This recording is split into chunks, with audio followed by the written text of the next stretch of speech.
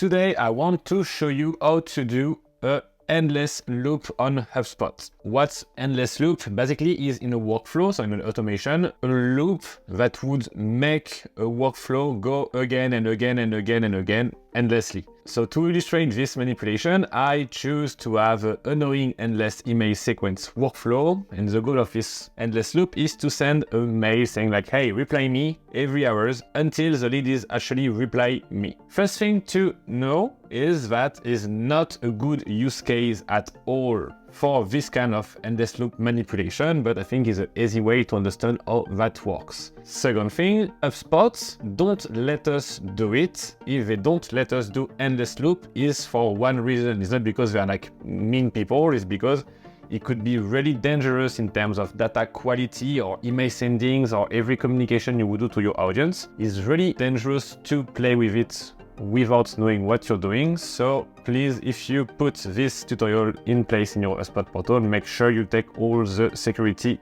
that you need. And the second reason why I want to do this video is because it's a great use case to show you how to take something that looks like a limitation from HubSpot and to try to turn around to still manage to reach your goal. So I will manage to do this endless loop, just showing you step by step where HubSpot tell me no, where I try to turn around and it's still saying me no until we find the perfect solution to make this endless loop working. If you know HubSpot and automation a bit, the first thing you think about is to click on the go to action. As you can see here, go to actions can't be added when there are no branches in the workflow. Why? Because exactly what we talk about, they don't let us do endless loop. If you know HubSpot a bit, you say we need to have a branch in the workflow, it's fine. I will just create a branch and just put a random branch, let's say create date is null.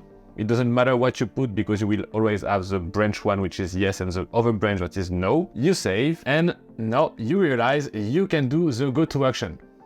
But when you try to go back to your email, they say go to actions can't be used to create endless loop. What we understand is HubSpot is not that stupid and he managed to block our first try to make this happen. So that was the first way to try to fool HubSpot. It doesn't work. The second possibility would be to click on plus and to see that we can, at the end of a workflow, enroll a lead to another workflow. And then we think, okay, it's easy. This lead go through this workflow and I will create a second workflow. His only goal is to get enrolled by this person and re-enroll the lead in this same workflow. So it will finish this one, go to second one, go to first one, finish the first one, go to second one, go to finish. So theoretically it works and we will try to make it happen right now. So you see how it works. So we just need to create a new workflow. We don't need any setup triggers because automatically our workflow will enroll our leads to this workflow. And then the only thing we could do is go to workflow and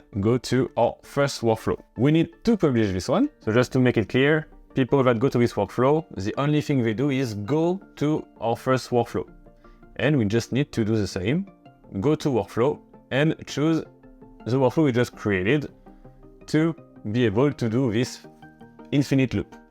You click on save and here they say that the selected workflow creates a cycle. So HubSpot still understood what we wanted to do, which is an endless loop, so he blocked us. But now I will show you the real way to make it happen that HubSpot don't know how to block. And to do so, I'm using what I call switch properties. So the idea is simply to create a property. So you go to settings, properties, and you create a property. You can call it switch endless loop, for instance. It's a contact object because it's a contact workflow we are working on. You can put the group you want, it's just a matter of sorting your data. And we want a single checkbox. So it's a property that could be either yes or no. It's exactly what we want. And once we have that, we can think about another way of creating this endless loop. What if at the end of our first workflow, instead of unrolling our leads to the new workflow, we just take the switch we just created and switch it to yes. So we just need to click on plus, go to CRM, go to set property value. We choose a property, which is our switch endless loop, and we will choose yes. So now what will happen? A lead go to this workflow. You receive this mail, you wait for 1 hour, and we will set the switch endless loop to yes. And now in the second workflow, let's call it endless loop to be more visual. We just say that all the contacts that have the switch endless loop set to yes go to this workflow. And now what we see that we enroll the lead to our first workflow. He receives a mail, he waits 1 hour, he switched to yes, so then he go here, because it's to yes, and he go back to our first workflow. But what will happen is, because the property is still switched to yes since the first time, when he will finish the second time the sequence, it will not get enrolled in this workflow anymore. What we want, it's a switch, is like this workflow, turn it on, and this workflow, turn it off. So we can simply go to plus CRM and clear the property value. We reset what we know about switch endless loop. We don't need it anymore because the lead is already enrolled in this workflow. So we click on add an action, CRM, clear property value, and we choose our switch endless loop and we clear it. So now he turned to yes, he enter, he turned to off basically, and he go back to the first workflow. Now, because everything is happening here in 1 second, it might be hard to don't overlap the two workflows. So what we can just do is to add the delay of 1 hour in this specific workflow instead of the first one. So we click on create a delay, set amount of time, we say 1 hour. You can put whatever you want, obviously. You go back to the first one, and in the first one, we don't need to put the 1 hour, but we will still let 1 minute for the same reason. We need to let a small amount of time after he end up this workflow before getting re-enrolled in this workflow again. And the last thing we need to do is to make sure this trigger is able to re-enroll, because if not, only the first time will happen. You turn it on, you make sure this box is ticked, and it means that every time this property is yes again, it will get re-enrolled. Same for here, it was already the case, but don't forget to put a re-enrollment turned on. So now what we have, we enroll a lead in this workflow. He receives the first email, we wait for 1 minute, the switch turned to yes. When the switch turned to yes, he gets enrolled in this one. We turn off the switch, we wait 1 hour, and we make it go back, so after 1 hour, to the first one. He receives a mail, he waits 1 minute, he gets switched to yes, etc, etc. So basically, we managed to create the endless loop, but as I said in the beginning of the video, it's really dangerous because it's out of control. As long as this is on, this poor lead will receive the same email and email and email, so 24-hour emails a day is not good. The thing you need to do in this case is to create rules to make the lead get unenrolled of your specific endless loop workflow. To do so, you just need to click on the contact enrollment trigger box, go to unenrollment, and create a goal. So what will happen, when you set a goal to track progress, you will automatically unenroll contacts when they meet the goal. I think you got it for this email. The goal we want is the contact has replied to this specific email. We click on contacts meets a goal. It's a marketing email goal. We have one marketing email, which is the hey reply me email, and contact replied to email. We apply filter and we save.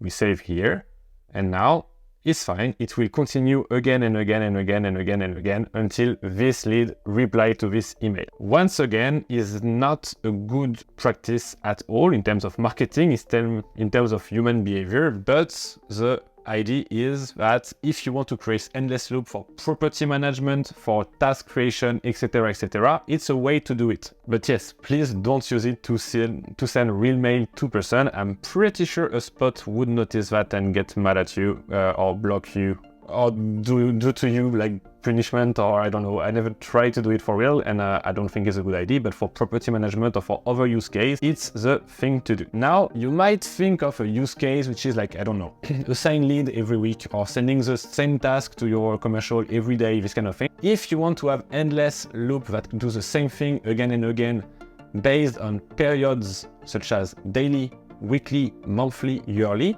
don't use this technique. you can simply create a schedule-based workflow. So you can create a workflow here from scratch, choose contact-based, blank workflow. Normally we could create it, click it there, but now we can't anymore. We need to click on blank workflow. And in your setup trigger, you will just choose based on schedule. And you can say annually, monthly, weekly, daily. Daily, every day at 10 p.m. only for the lead that have this.